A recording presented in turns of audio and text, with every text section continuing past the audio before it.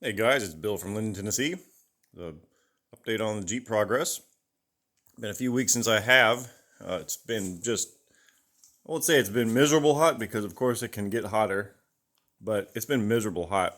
And well, it's hard to motivate when it's hot outside and it's hot in the garage and it's just not even summer yet. Uh, so I should have started on this months before and I should have finished this already. Then I wouldn't have to do it now. I digress. So what have I been up to? Uh, more wiring, more wiring.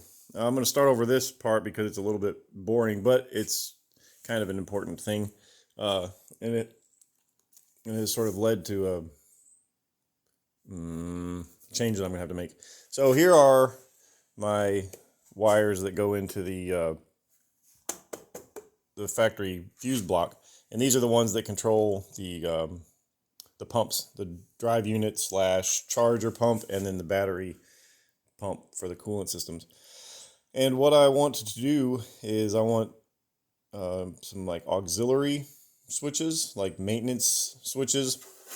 That way it'll be just a 2-position switch. It's on and on. And then one position is just normal operations on. So the BMS or a temperature sensor or whatever will send ground through the switch to the relay. And then the other way will be, this will just be connected to ground. And then I will manually be able to turn the pump on. And that way, if I've had to take the drive unit out, or the first time when I get this thing all together and I need to bleed the air out of the system or run water through it for the first time, I can just turn the pump on and then just keep feeding the coolant reservoir as we go. That way I don't have to go around and run around the Jeep, turn the key on, wait for the BMS to figure out it needs to have something on, and then come back over here and fill the reservoir, and then go around and turn it off. And you know what I mean? So it's just, this just kind of makes it a little bit easier. But one thing that occurred to me, I've got some of the outputs of the BMS doing double duty. There's a discharge enable output, and then there's multi-purpose output. And then so the discharge enable output and one of the multi-purpose outputs, they at different times open the negative contactor and turn the pump on, turn the drive unit pump on. So whenever you turn the key on, the one of them turns the opens that contactor so that current can flow into the motor. And then whenever you plug the J1772 in, the multi-purpose output from the BMS does the same thing. Now, where the problem is that the multi-purpose output, it can only control up to 175 milliamp load, whereas the other one can control up to 500 milliamp load with like a 4 amp surge or something like that. And since I've got a contactor and a relay being turned on, the multi-purpose output from the BMS would be overloaded. And if that happens, it can internally damage the BMS or cause, faults or just stay on all the time. Anyway, so I've got to put a little relay in line of that so that the multi-purpose output will trigger that relay, and then that relay will feed ground to the drive unit relay here, and the contactor in the junction box there in the center on the transmission tunnel. So that's what I've got to do still. But more exciting, or maybe not, is I was really hoping to have a whole lot more of this done. I got the battery box out and painted it. I just hit it with a rattle can. It's not the most beautiful of finishes, but I mean, it's going to be in the engine compartment and it's going to get dirty, and I'm convincing myself that that was the way to go instead of taking it somewhere and have them do it professionally. Of course, if I'd have done that, they'd still have it, and they'd probably have it for another week or two, and I don't want them to have it for another week or two. I want this damn thing back so I can get it done. I was hoping today, by the end of the day, to have all these batteries in there and have the coolant loops run, and even run some coolant, some water through it to see if it leaks, and to hell, just to see if it works. I don't even know at this point that my idea is going to work. But what I've been doing on the front here, and where I got kind of hung up and delayed, is the wiring of these suckers. So this, for some of you, may be just a good time to turn this off, because I'm going to start talking numbers and cells and modules and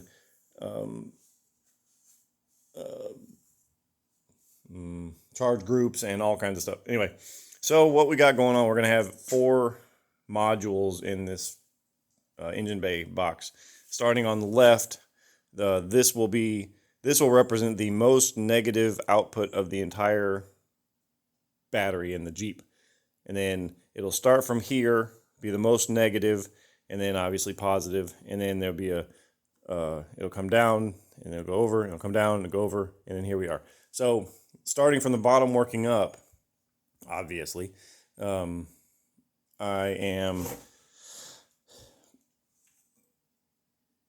populating these connectors that go into the BMS boards, and also putting on these jumpers and torquing them down, because you can't get to these little buggers when it's all together. Like, I can't go through and put these straps on and then come back and populate all these connectors. That's a horrible design. I don't like it. The little dealy that you have to push to release the connector is on the back side of the BMS board. Maybe if it was on the front side, it might be a little bit easier to deal with when it's down here. But I mean, even that is a doubt. It's just really tight. It's not, I don't necessarily fault the design. It's just, it's tight. So that's what we're dealing with. Over the last couple weeks, what I've been doing is just a monotonous, endless series of cut, strip, crimp, populate, cut, strip, solder, cut, strip, crimp, populate. And that's what I've been doing over and over and over and over again. And the way I did this, you see from the Orion harness gives you all these wires, and they're all numbered. So wire number 2 and -1 and 1, and each of the Orion BMS, it has what's called cell groups. So 1, 2, 3 cell groups. This is a 108. It could potentially monitor 108 cells, but I'm only going to be using 96. So cells 1 through 36, that represents cell group 1, 37 through 72 is cell group 2, and 73 through 96 is cell group 3. And the way that works out on the actual battery is the first module up here are cells 1 through 6, then the second module is 7 through 12, the third module is 13 through 18, and then the bottom module here is 19 through 24. And then there's a strap that joins them together. Then we start counting backward. Then we start counting up, and it goes 25 through 30, 31 through 36. That is cell group 1. Then the numbering on the labels on the wires here starts over at 1. Now we're actually on cells 37 through 37 plus 6. No, 37. 42. Yeah, so 37 through 42, and then 43 through 48 will be on the top. Anyway, so cell group 2 starts at number 1 on the wire. So whenever I'm populating cell 1, 2, 3, 4, 5, and 6 of each module, on this particular one, cell 1 is wire number, I don't know, I've already lost track of where I am, but it would be wire number 31, and then 32, 33, 34, 35, and then cell number 6 is actually number 36 for the wiring numbers. And so I got myself all in a confusion about this, and ended up cutting and crimping this connector for this position, but this connector is actually this position up here. And additionally, I've also got thermistors that come from the BMS, and they're labeled per cell, per module. So module 1, 2, 3, 4, 5, 6, 7, 8. So, uh, long, boring story, a little bit less long, and hopefully I did it wrong. So I had to kind of undo all my pretty tape and just sort of ditch the idea of making it look really nice and clean the way that I was wanting it. And I'll have to redo it again. But in reality, you're not going to be able to see any of this anyway because there's going to be a solid sheet metal across the front. There'll be a plexiglass on the top. So the only real way you'd be able to see anything is if you got really close to the Jeep. There's a big bumper that keeps you from doing that. But if you climbed up on top of the bumper and you look down inside the battery box and you look straight down in there, then you could see that this isn't as nice as it could have been. And if you ever see me at a show and you do that, I'm gonna kick you in the throat. Something that would have helped and that I did for myself is made a little diagram that sort of says exactly what I just told you. And I even screwed up when I drew the diagram. So there's module 1, which is 1 through 6 on the cells, and it comes through, then it jumps across, and then comes back up again. So that would have really helped if I'd have done that. And then I even wrote over here what color the wires are. So the cells 1 through 12 are in a yellow or an orange bundle, cells 13 through 24 in red, and then yellow for the cell group 1. And then cell group 2 starts over again with orange with wire numbers 1 through 6, even though we're actually on 37 through. You get the idea. Yeah, so that's been a barrel full of monkeys. And then so each one of these I had to solder on each one of these little pins. I had to make sure that the correct pin was correctly soldered.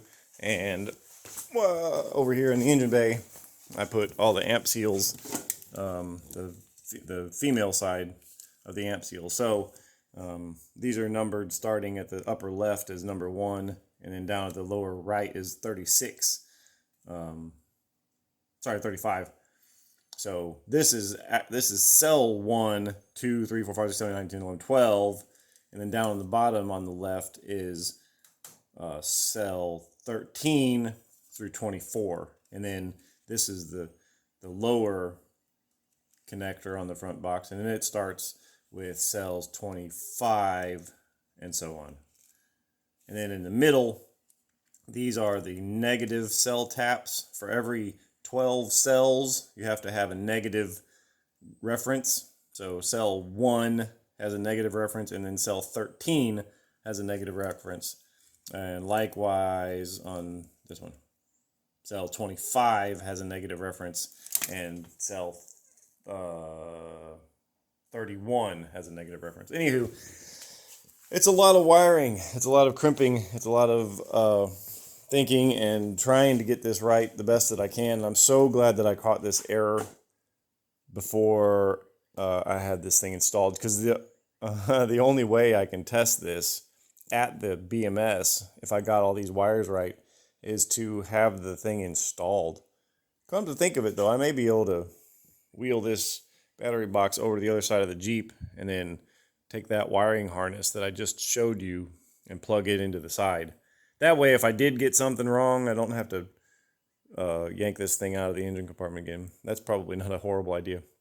But anyway, I was really hoping to have all these wires done and have all these cells in there and even start doing the plumbing. But, didn't happen. But that's okay. I will, continue on a little bit more tonight. And, this is kind of a simple thing to get back into without, getting tools out and having a big production of getting getting momentum into the project. And then now you look up and it's 9 o'clock and you got to quit. But, so yep, that's what I've been doing. And, it's, slow but sure. My original goal was to have this whole doggone thing running by the middle of June. There's a big Jeep show fest, off-road excitement in the middle of June up north at Loretta Lynn's ranch, but not going to happen. I would want to have this thing on the road right now, driving it and testing it. But anyway, not going to happen. And so tomorrow, UPS is supposed to bring me my my drive shafts, Tom Wood drive shafts. Going to send me my custom made drive shafts, so that'll be fun. I won't put them in for a while. I'm going to keep the motor out because it makes it a whole lot easier to run coolant lines and high voltage cables and stuff like that. And if the motor was there, it'd just be hard to figure out where I'm going to clamp things and zip tie things just to keep everything from moving around. So with the motor out, it makes it a little easier.